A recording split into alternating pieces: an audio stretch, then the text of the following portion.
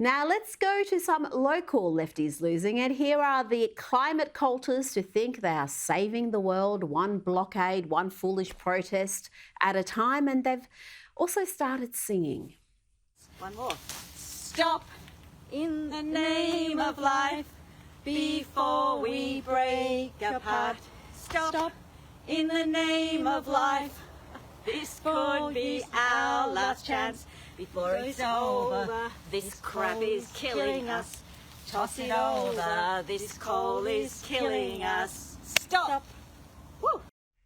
Wow. Wow. Before you mock us in Australia too much, the Yanks have plenty of climate cranks of their own, and in recent days they've managed to disrupt a golf tournament and a congressional baseball game. Just watch these soy boys and girls go.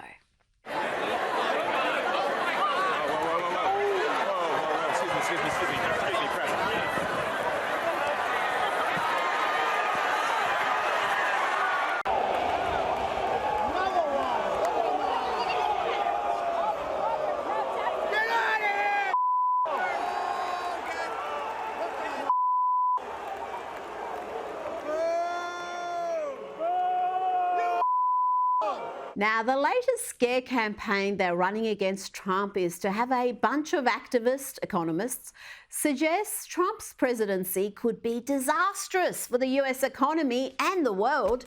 This is the same scaremongering we saw before 2016. Do they think the American people have mass amnesia? Let's hear from a woman I did not expect to be backing Trump, ARK Invest founder Cathy Wood. Trump or Biden? So as I've said to my children, so I have 2 girls and a boy, and they're split on this.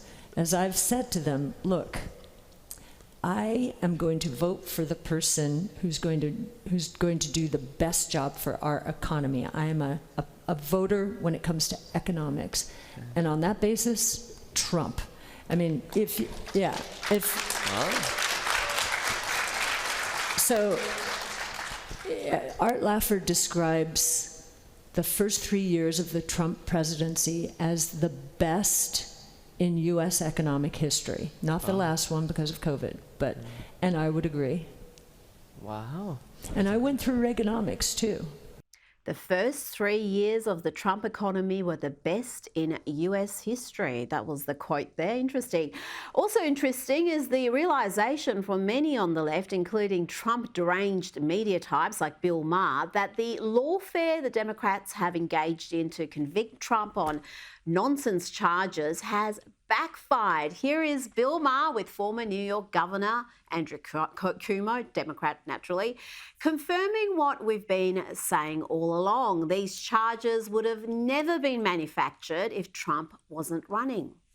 The trial in New York, the one he got convicted for, was the greatest fundraising bonanza ever.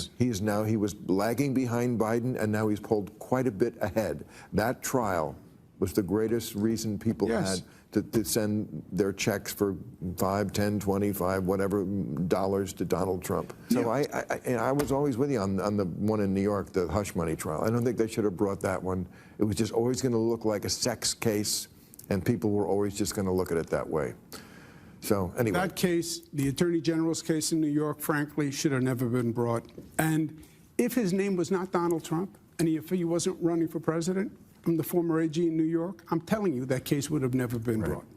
And that's what is offensive to people. And it should be, because if there's anything left, it's belief in the justice system.